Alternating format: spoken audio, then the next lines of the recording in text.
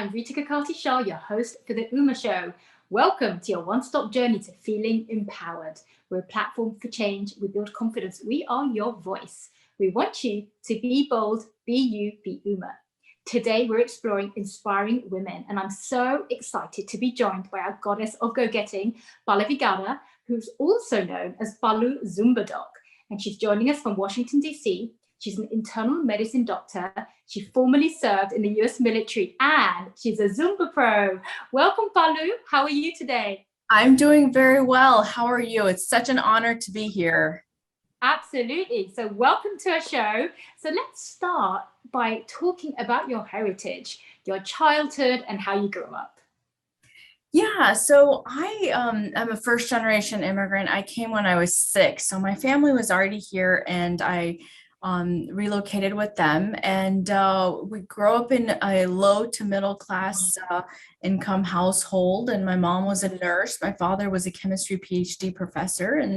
And they really emphasized education. I was also additionally interested in sports and very active in that way. But yeah, that's just a little bit about my journey. Amazing. And where did you immigrate from? I came from India. So Mysore is where I was born. And I stayed in a rural village for about 4 years and was in Mysore for about 2 years and then came here at the age of 6. Wow, that must have been a transition, but so exciting for you at that age to come here with your family. Very true. You mentioned education, and education is a topic that really dominates many conversations in South Asian families. So can you walk us a little bit through that journey of yours and how you actually ended up in medicine? Sure. So growing up, I had a father who had heart problems, and he had to have an emergency open heart surgery at the age of 43. And which is not very common even in the medical world. But, for me, as I idolized this person, a parent, a father figure, it was really devastating. And so through the advent of medicine and, him having the surgery and the medicines he took afterwards, I just really came to appreciate medicine in general and knew that I wanted to go to medical school from that standpoint. At that point. But so that had a big impact. My mom's a nurse, so she would always tell us about the kind of the day-to-day the stresses as well as the joys of nursing and taking care of patients and just the love that we get to spread and share. So that's how that developed for me. Amazing. And I love it's how it's actually your actual personal kind of how you grew up and your responsibilities and what you faced that really shaped your decision to pursue that career and what you stuck with. Right. So speaking of careers, it's a very unique career that you have, especially for a South Asian woman, because you actually served in the US military and you've won several awards, such as the National Defense Service Medal, the Global War on Terrorism Service Medal, and the Army Superior Unit Award. So congratulations for all of that. Talk to us about your military career and your endeavors now. Yeah, so almost exactly 20 years ago, I, just like everyone else, witnessed the terrorist attacks on 9/11, and I was very affected by it. I was very moved by it, and I felt a sense of patriotism to the U.S. since I had largely grown up here. And with that emotion, I actually enlisted to join the U.S. Army. And along with that, they had a health scholarship that helped pay for part of medical school. They give you a stipend. And so, coming from the low to middle income class family that I came from, when my parents said, we can't afford medical school here, it's a lot of money. And so I understood that, and I didn't expect them to. So this was kind of a win-win situation in that way. It helped financially as well as I was able to give back and show my patriotism. But yeah, being in the United States Army was it was a different experience in the sense that there weren't very many Indian women, right? And so I, just taking a step back, having come to this country at the age of 6 and feeling kind of out of place, I got used to, I got comfortable with feeling out of place, if that makes any sense. And so I think once you get to that point, then doing things that are out of your so-called comfort zone, that are really self-created barriers, right? So doing things that are outside of the norm or outside of what the rest of their family has done doesn't seem so monumentous. It doesn't seem like it's so difficult. So when I joined the Army, given that I was already athletic in nature, and given that I, firmly believed in discipline and following rules, I wasn't the type that, questioned that. Then it wasn't so bad. It was there's a camaraderie within any branch of the military, that nation first. And so I think with that camaraderie, I was able to, fulfill my duties to the U.S. Army. And so I was an Army doctor. And so I took care of soldiers who came back from Afghanistan. And I knew that I would. Even when I signed up, I was told that I'd probably be deployed, and I was to Afghanistan, and I was ready to take care of the soldiers who came back and who fought there. So it's something that you decide to do, and you kind of stick with it. And it's a prestigious route. So, you don't have too many, it's not too much of a risk taking, I guess, in that way. Yeah. Amazing. What commendable work you're doing, and thank you for sharing. Are you still involved with the military at all in any of the endeavors that you do today? So I work with veterans, helping veterans transition to from military world to the civilian world, that we do a lot of work with that. But otherwise, I'm not active duty anymore. I had an honorable discharge in 2013. So, incredible. Yeah. Well, again, congratulations for that amazing work that you continue to do even today. So your other name, Pallavi Zumba Doc. Tell us where that came from. Yeah, so given that I'm a doctor, that's where the doc part comes. And then I'm also certified in Zumba. So the other thing I really love is dance. And so Zumba was a way to blend dance and exercise. And I grew up in a small town where we didn't have classical dance Indian dance to take, or I didn't take any dance classes. And so this was how I was able to blend my fitness and my love for dance. And so the Zumba doc is literally because of that. And then the Pallavi is just, short for Pallavi. So Pallavi Zumba doc is actually a term that one of my colleagues coined, and it stuck. I love it. And it's just so memorable as well. Absolutely brilliant. Yeah. So speaking of your colleagues and that, you actually helm your own medical practice too. So talk to us a little bit about your speciality and what your practice does. Yes, so I have an internal medicine practice. I'm a solo practitioner. I have one person who works for me who's absolutely amazing. And we have such a great, connection in terms of taking care of our patients and just being on the same page about health and wellness, that we work really well together, and our patients are very happy. It's actually a concierge medical practice. And so my patients, I have a smaller panel of patients than a traditional medical practice. It's membership based. And I'm able to keep my patients out of the hospitals, out of urgent cares, because I'm so accessible. And with the advent, especially during this pandemic, with the telehealth, much more than, it was before, I'm even able to travel, be out of town and still care for my patients. So, we have a few concierge doctors here who kind of take call for each other if we're out of town. But overall, with the access to healthcare, our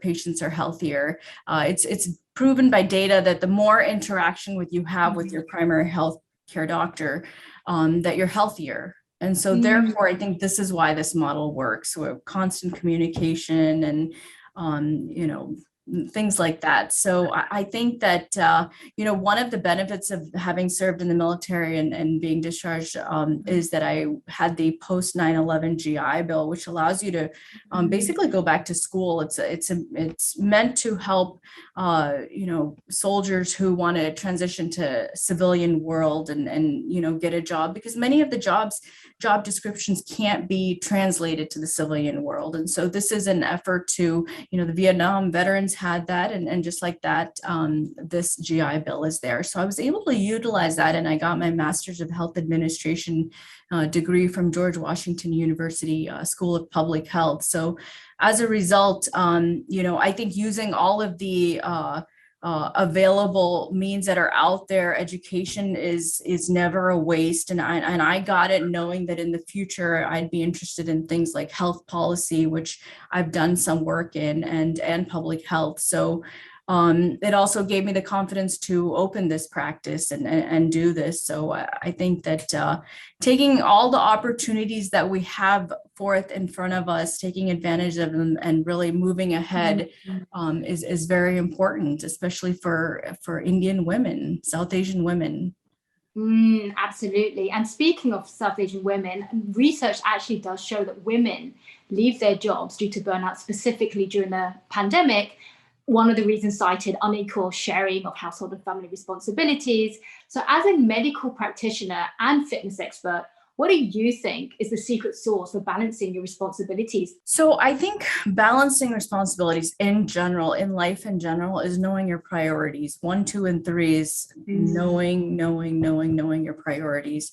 And so if you are, if you find your priority and, you think about, the day that we pass and what legacy we want to leave forth. Do you want to be known for the work that you've done, which is fine. Everybody's is different. And so, or is it the family that you're part of, or you're, being a mother? I have 2 children, ages 10 and 5, those kind of things. So you realize your priorities. And once that's very clear, everything else, you make it fall into place. So for example, in my life, I am divorced. I have 2 children, ages 10 and 5, and they are my world.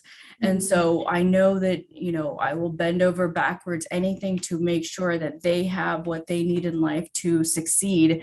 And I'm there for them. And I'm in a medical practice that allows me to be a mother, that allows me to have a life of my own. I do a lot of community service, and my patients are aware of that in my off time. And then also to be, have flexibility with this job. So it's important with the jobs that we choose as women, working professional women, what the flexibility is for, childcare, things like that come up unexpectedly. We know, things are hard to predict. So knowing your priorities and choosing a profession or a job that allows you to, stand by your priorities. And honestly, in my case, I'm so fortunate that I have patients who understand if, for example, one of my children are sick, then I need to be there, and they can't go to school and they have to be at home, things like that, they're so flexible. And I just love that.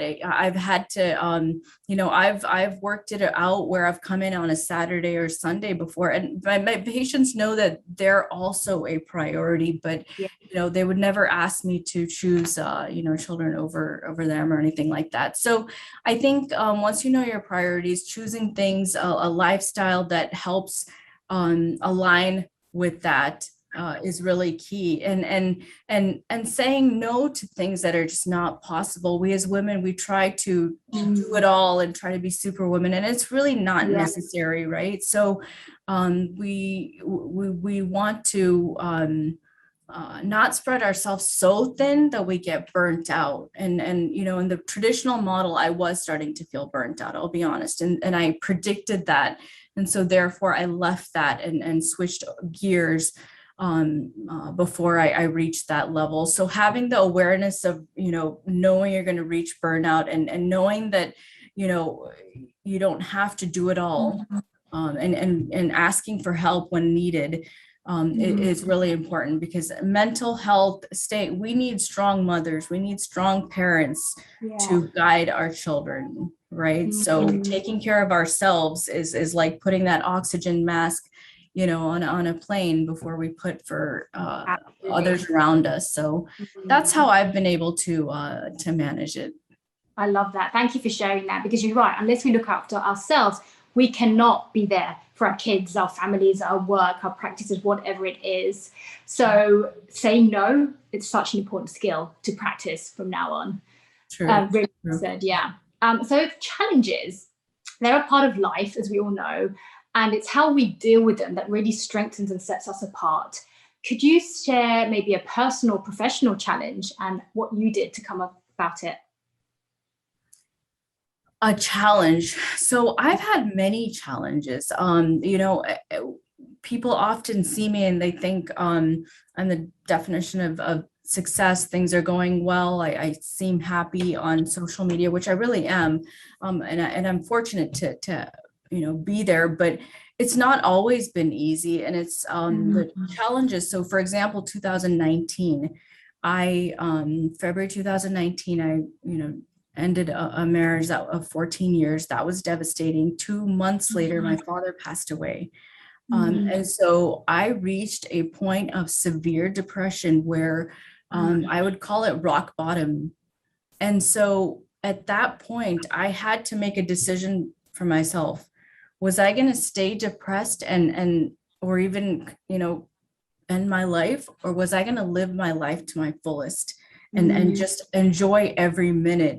And there was no in between. When you hit rock bottom, there's no, in between. It's either you're going one way or the other. And so I think that was a pivotal moment in my life where I decided I wanted to be happy. So it's not, happiness is something that you have to decide you want to be. It's not something that just comes upon you. It's not just, if I do this one thing, that I'm going to be successful and then I'm going to be happy. No, it's an inner decision that you make.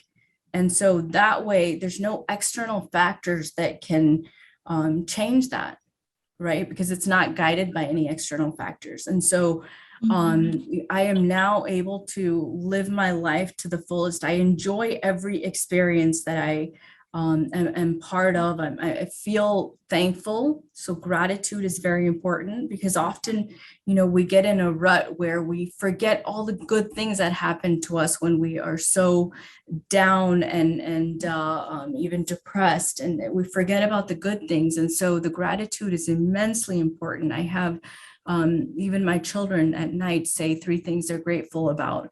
And I try to keep electronics out of that conversation.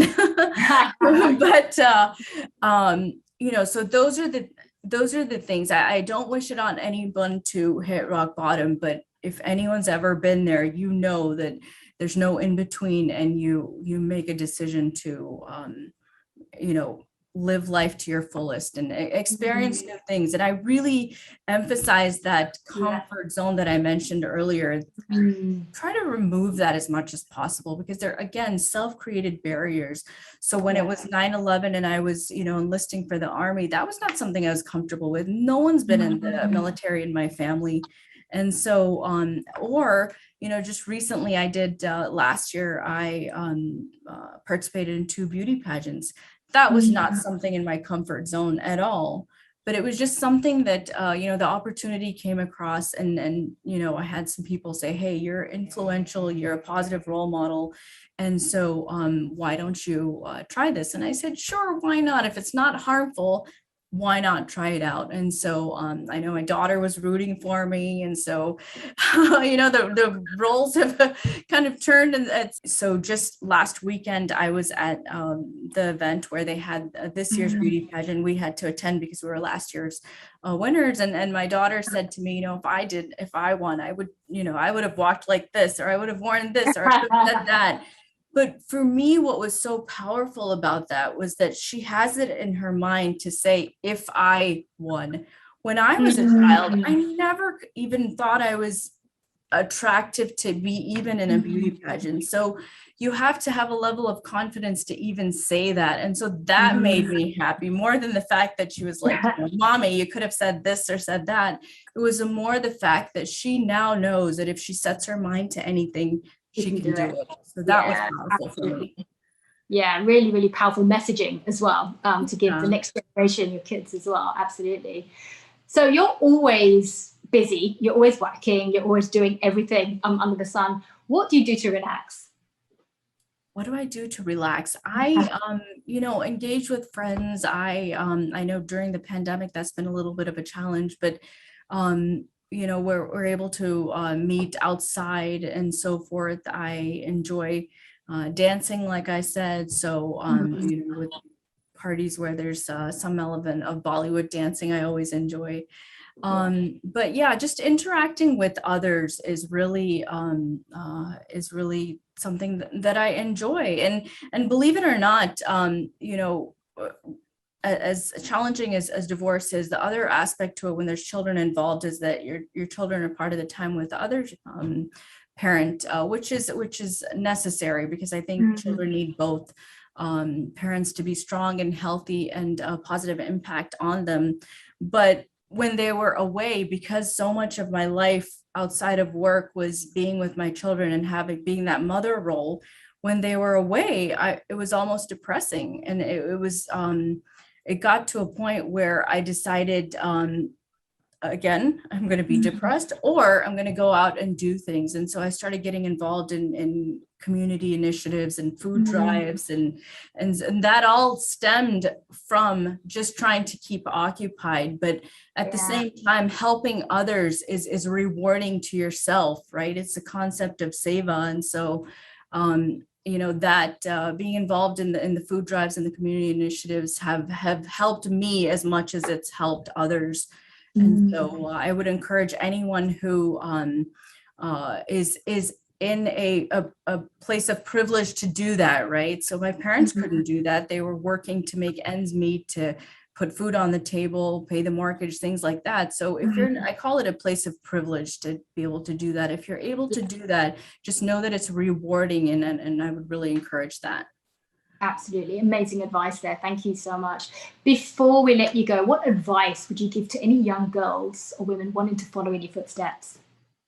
Sure.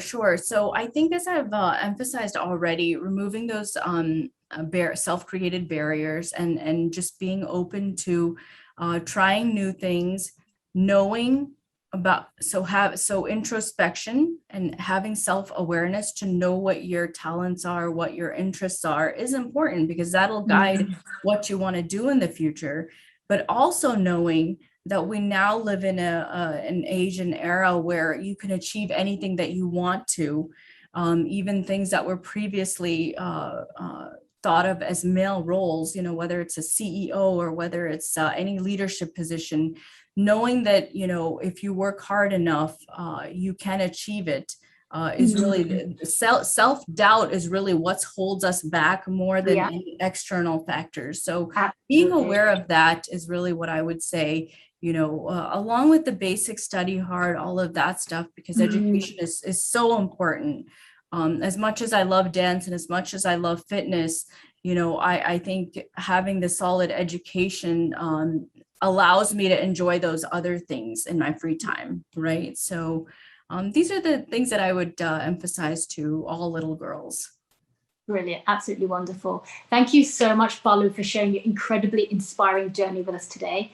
And thank you to our viewers for joining us on this empowerment journey. We want you all to embrace that inner goddess of go-getting. We want you to be bold, be you, be Uma.